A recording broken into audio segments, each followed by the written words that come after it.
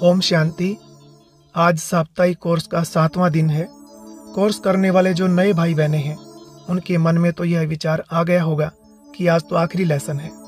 तो मैं आपके लिए कहना चाहूँगा, ये कोर्स अगर आपको अच्छा लगा है तो आपके लिए कोर्स की समाप्ति नहीं बल्कि शुरुआत है, क्योंकि इसके बाद ज्ञान को जीवन में उतारने की, धारण करने की प्रक्रिया शुरू होती है। ज्ञान को सुनने मात्र से कुछ नहीं होता। सोचिए, जैसे किसी मनपसंद भोजन को केवल देख कर या उसकी प्रशंसा करने से पेट नहीं भरता, ठीक वैसे ही ज्ञान को सुनकर, अच्छा कहकर और फिर छोड़ देना, इससे हमारे जीवन में कोई परिवर्तन नहीं आता। कहने का भाव ये है, जब तक ज्ञान को जीवन में धारण नहीं करते तब तक हमें कोई सुखद अनुभूति नहीं हो सकती। अगर जीवन में परिवर्तन लाना चाहते हैं तो आध्यात्मिक मार्ग में आगे बढ़ते रहें। कोर्स करना ये तो सिर्फ पहला कदम था।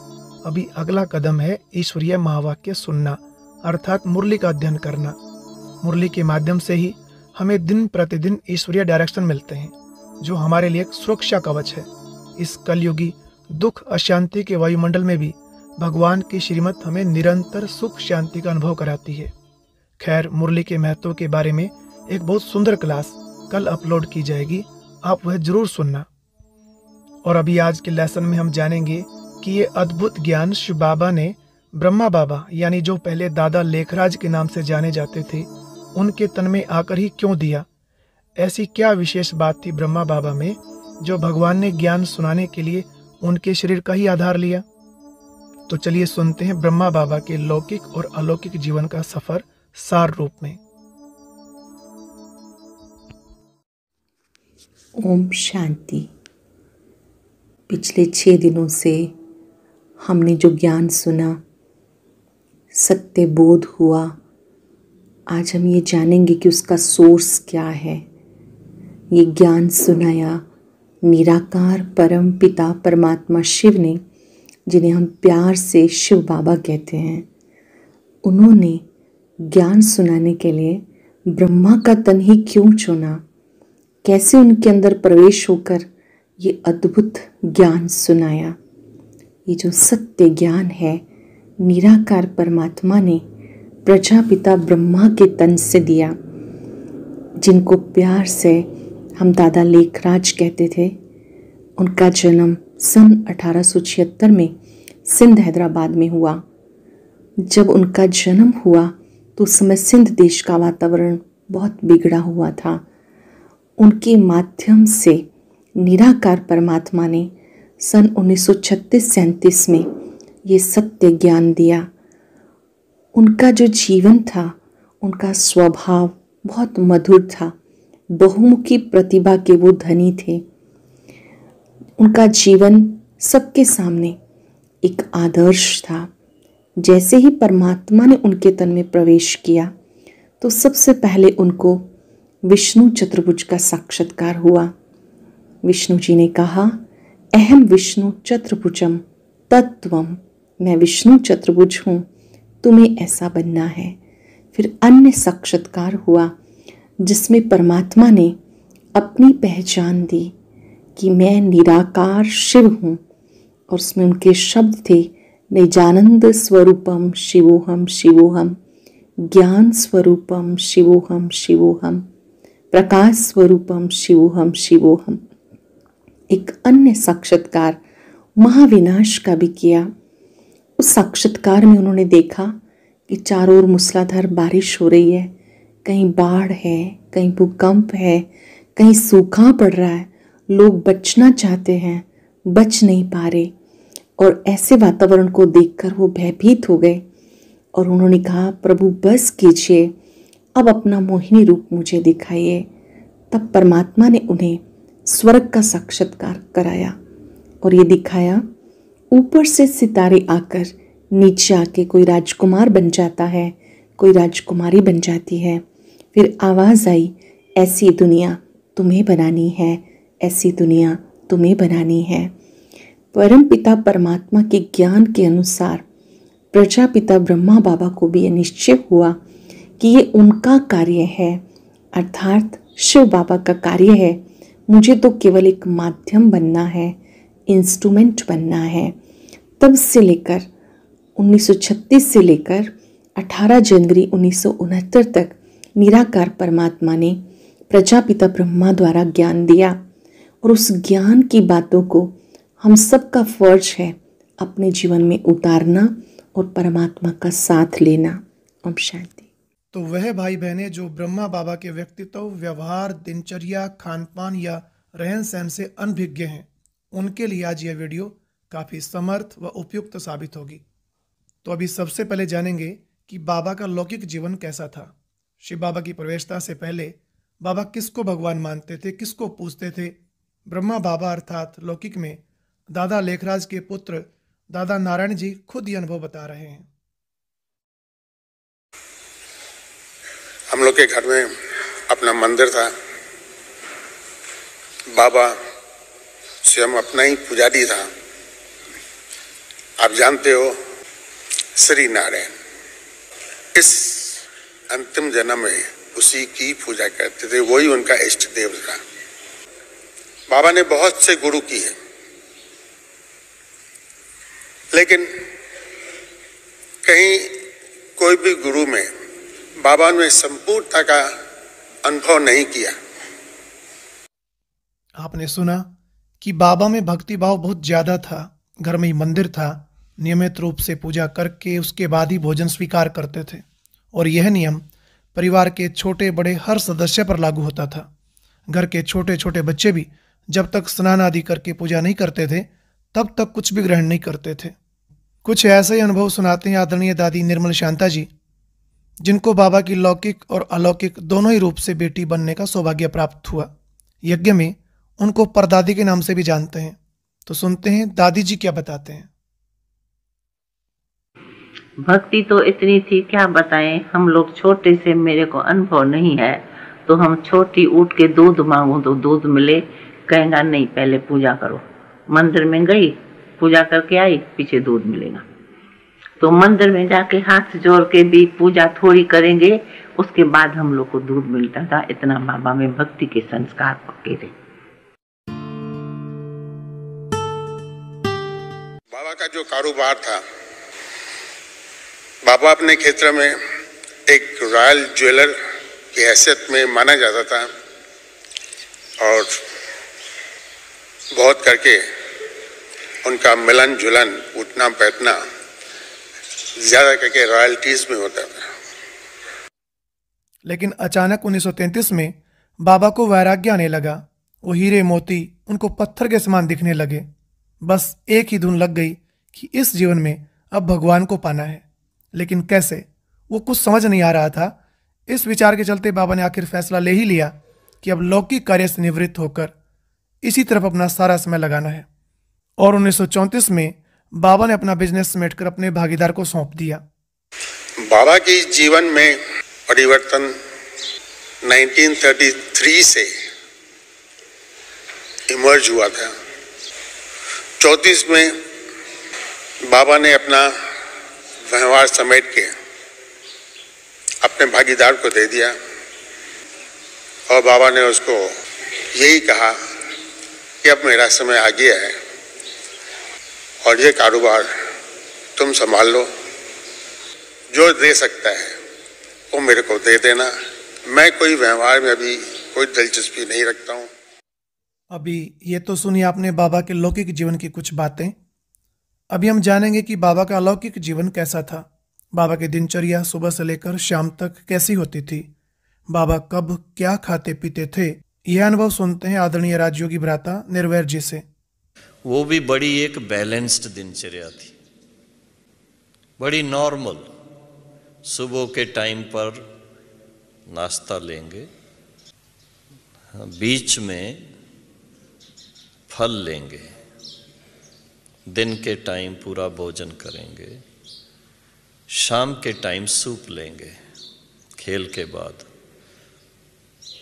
और रात का भोजन करेंगे, सोने से पहले थोड़ा 1 कप दूध लेंगे। लेकिन बाबा का विशेष एक ध्यान जरूर रहता था, कोई भी एक्टिविटी करें वो याद में रह करके करें। बाबा की दृष्टि ही कईयों की बीमारी को ठीक कर देती थी, लेकिन बाबा हमेशा कहते थे, बच्चे निराधार बनो, खुद योग में शक्ति भरो। दृष्टि से भी पता लगता है, बाबा दृष्टि देता है, शक्ति आ जाती है। बीमार पड़ेंगे तो भी ऐसे हाथ फेर करके प्यार से आकर के दृष्टि देंगे तो बुखार भी उड़ जाता। पर जब हमको आदत पक्की हो जाती है तो मेरे को बुखार है, बाबा को बुलाओ, तो फिर नहीं आएगा, क्योंकि बाबा हमको निराधार बनाने चाहते हैं। कि ये नहीं कि बाबा आएगा जब हाथ फेरेगा तब मैं ठीक होंगी, नहीं। बच्ची से बाबा को याद करो, बच्ची से बाबा को याद करो। मैं भी शिव बाबा को याद करके तुम्हारे पास आता हूँ, तुम भी शिव बाबा को याद करो। इसलिए बाबा ने निराधार बना दिया। रात दिन योग में रहो, शाम को भी योग तो सुबह को भी योग, घर का काम काज सब करते थे, पर प्लस योग। बाबा की दृष्टि में इतनी शक्ति थी कि जब कोई पहली बार बाबा के सामने आता था तो अक्सर उनको कोई ना कोई साक्षात्कार होता था। भाई बहन इस बात का बड़ा अटेंशन रखने लगे कि जब भी कोई पहली बार बाबा से मिलने आए तो एक भाई कुर्सी लेकर उसके पास खड़ा रहे, ताकि अगर कुछ हलचल दिखाई दे तो तुरंत उसको बिठा सके। आप सोचिए कितने शक्तिशाली होते थे बाबा की वाइब्रेशन। जब बाबा किसी को स्नेह भरी दृष्टि देते थे, खो जाते थे सब उस प्यार के सागर में। एक बार का ऐसा ही अनुभव सुना रहे हैं आदरणीय कुंज दादी जी। जब अब्बू में कोर्स कराते थे तो बहुत जोर से इस बात को समझाते थे, हमें पढ़ाने वाला कोई मनुष्य नहीं, और जो भी जिज्ञासु आता था वो फार्म में यही लिखता था, हम आपके गुरुजी से मिलने चाहते हैं, हम दादा से मिलने चाहते हैं। और बाबा कहता था जब उसको परिचय नहीं है तो वो क्या मिलेगा। इसलिए बाबा मिलेगा 7 दिन के बाद, वो पक्का समझ ले कि हमें पढ़ाने वाला कोई मनुष्य नहीं है, डायरेक्ट ऑलमाइटी। तो उनको खूब कोर्स में ये पक्का कराते थे। और 7वां दिन पूरा होता था तो हम आके बाबा को कहती थी, बाबा आज फलाने जिज्ञासु को आपसे आज मिल। कभी बाबा ऑफिशियल कहते थे, अच्छा बच्ची मिलने के लिए बाबा कमरे पर गद्दी पर बैठते थे और उनको मिलाने ले आते थे। और कभी बाबा निरंकारी फुल रेशन मास में एक बार आता था तो बाबा बैठ के बच्चों के साथ गेहूं सफा करता था। बाबा को कहा, बाबा आज तो इस जिज्ञासु को बाबा आज आपसे मिलना है, बाबा आप ऊपर चलो। तो बाबा ने कहा, ना बच्ची तुमको मिलाना है तो यहां आके मिलाओ।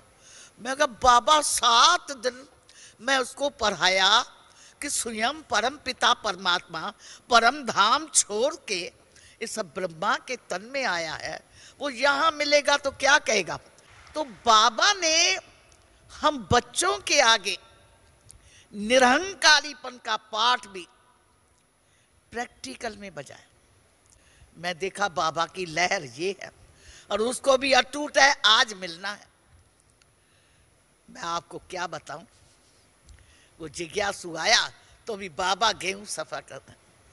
तो मैं बाबा का, बाबा भैया जी आए। बाबा ने उठ के ऐसे दृष्टि थी, उसको तुरंत विष्णु का साक्षात्कार हुआ। आपको क्या बताएं, भाइयों को साक्षात्कार होता है, सदा उनके गिरने का डर रहता है। तो विश्वरतन दादा को बुला के मैं कहा, दादा कुर्सी ले आओ और पीछे पकड़ना। उसने फौरन कह दिया, आप तो विष्णु के अवतार हो, आप तो भगवान साक्षात विष्णु का अवतार हो, ये करना। बाबा ने कहा, कुंज बेटी क्या देखा। मैं कहा, बाबा गाया गया ईश्वर की गति ईश्वर जाने और न जाने को। तो बाबा आपकी लीला तो अपरम अपार है।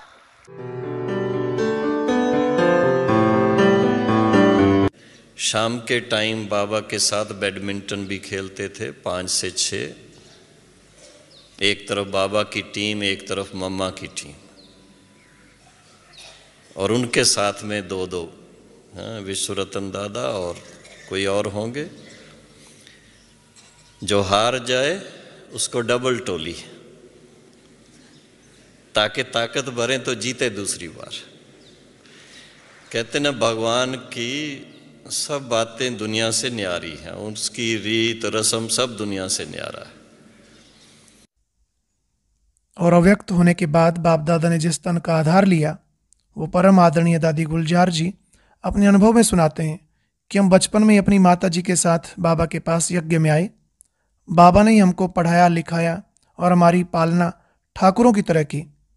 दादी जी बताते हैं कि सीजन का पहला फल जो भी मार्केट में आता था वही फल बाबा हमारे लिए मंगवाते थे। तो बाबा जो भी सीजन का पहला फल निकलता था वो बाबा खुद हम लोगों की पढ़ाई होती थी, यानी तैयार हो करके नाश्ता करके हमारा स्कूल के माफिक जैसे सिस्टम है ना, बेंच होती है, टीचर होती है, कापियाँ पेंसिल होती है, ऐसे ही पढ़ाई बाबा ने हमारे को कराई।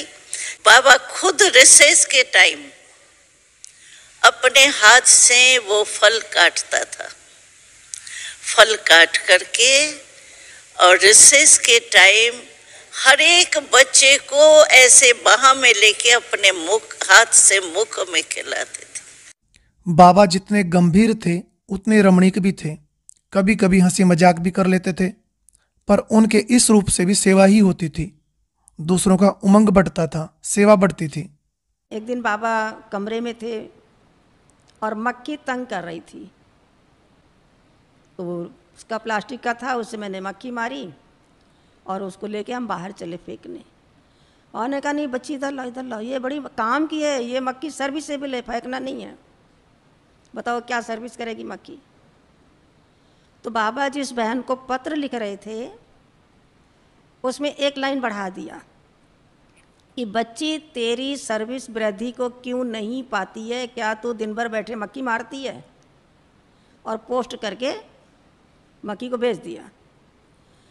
मेरे को लगा कि अगर हम ढीले होंगे, कभी मान लो बाबा रोज़ कहते हैं मम्मा इसको सेंटर पे भेजना है सेवा करने के लिए, तो कभी हमें ना बाबा मक्खी भेज दे।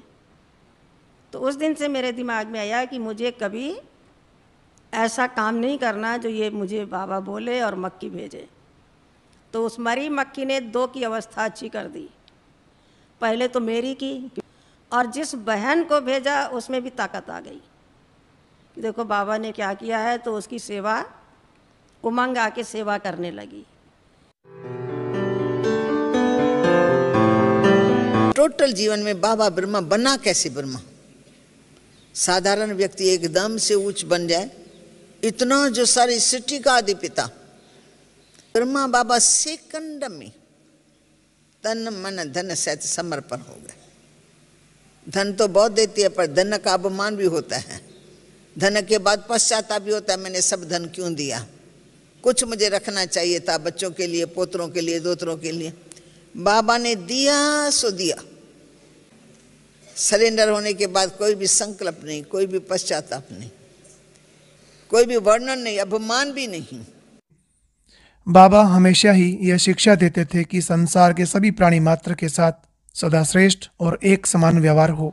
कभी भी, चाहे कोई पशु हो, पक्षी हो, किसी के साथ भी भेदभाव न करो। बाबा ने कहा अच्छा बच्चों तुमने तो देख लिया है ना कि कैसे गाय को खिलाया जाता है, कल से तुम करो। शाम को बाबा ने बुलाया, इधर आओ, तुमने कैसे दिया? तो उसने कहा बाबा जो गाय ज़्यादा दूध देती उसको ज़्यादा चूनी दिया, और जो गाय कम देती उसको कम दिया, जो बिल्कुल दूध नहीं देती उसको सिर्फ भूसा दिया है। तो बाबा ने कहा नहीं बच्चे बराबर का दो, जो आज नहीं दूध दे रही भविष्य में वही तो देगी, और जो आज दे रही वो भविष्य में नहीं देगी, तो कमज़ोर गाय कैसे आगे दूध देगी? बच्चे बराबर का दो।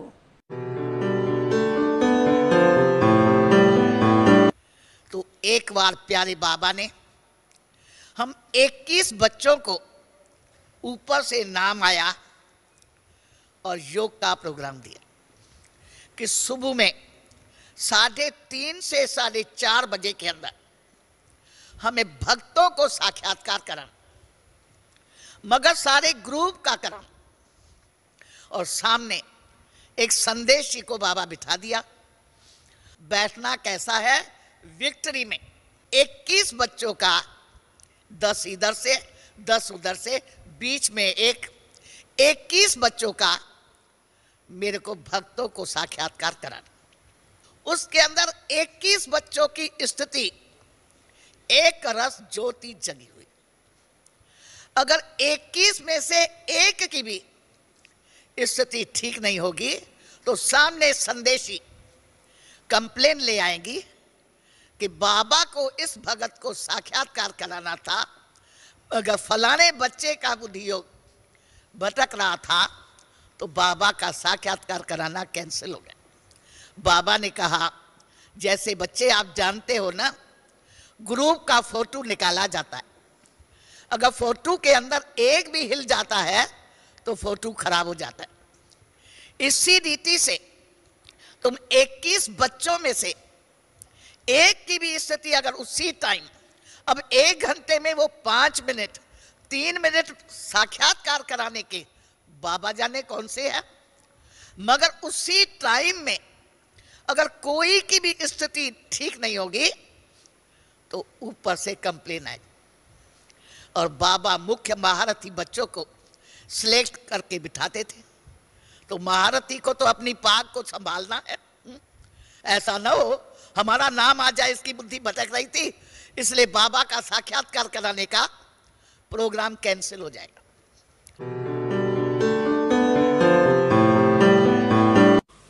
कम से कम 15-20 स्थानों पर बाबा का पत्र जाता था, और जैसे जैसे बाबा लिखते थे, अभी कई तो पढ़ लेते थे बाबा के अक्षर कोई, लेकिन अधिकतर जो नहीं पढ़ सकते थे सिंधी स्क्रिप्ट, उनके लिए ऊपर में ईशु दादी हिंदी में लिख देती थी। खास पोस्ट के लिए समय था कि इस समय जाएगी तो अगले दिन ये दिल्ली में, बॉम्बे में सब जगह मिल जाएगी।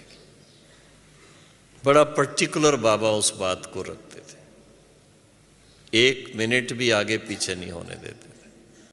बाबा ऐसा मानते थे कि दुनिया में कोई भी कार्य छोटा या बड़ा नहीं होता। अगर कार्य करते हुए हमारी स्थिति और स्मृति श्रेष्ठ है तो हर कार्य श्रेष्ठ है। बाबा छोटे से छोटे कार्य को भी पहले खुद प्रैक्टिकल करके दिखाते थे और फिर अपने कर्म से दूसरों को शिक्षा देते थे। बाबा ने कहा, नहीं बच्चे, तुम गोबर को इकट्ठा करो, उसका लड्डू बनेगा, कोयला मिला करके राख तो काम आएगा सिगड़ी में जलाने का।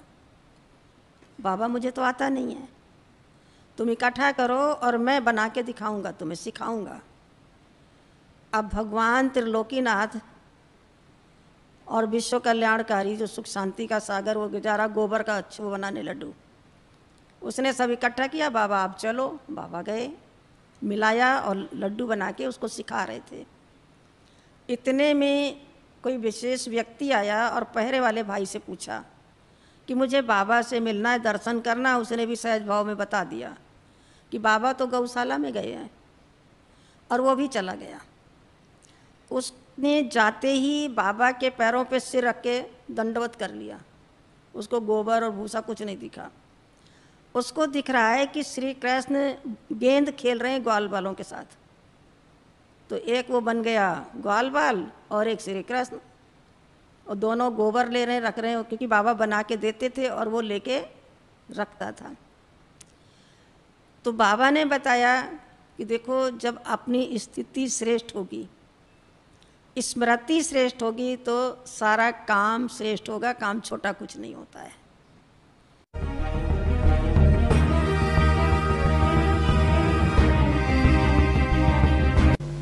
और यही बाबा वतन से कहे, बच्चे,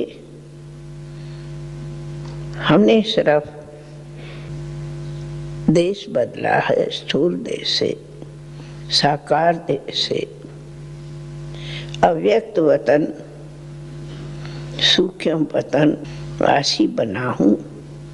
बच्चों, मैं आप सबके सिवाय घर नहीं जाऊंगा, तुम सबको घर ले जाऊंगा। रूप बदला है पर मैं छोड़ के नहीं गया हूँ, मिलता रहूंगा, मिलता रहूंगा। अच्छा जी, ओम शांति।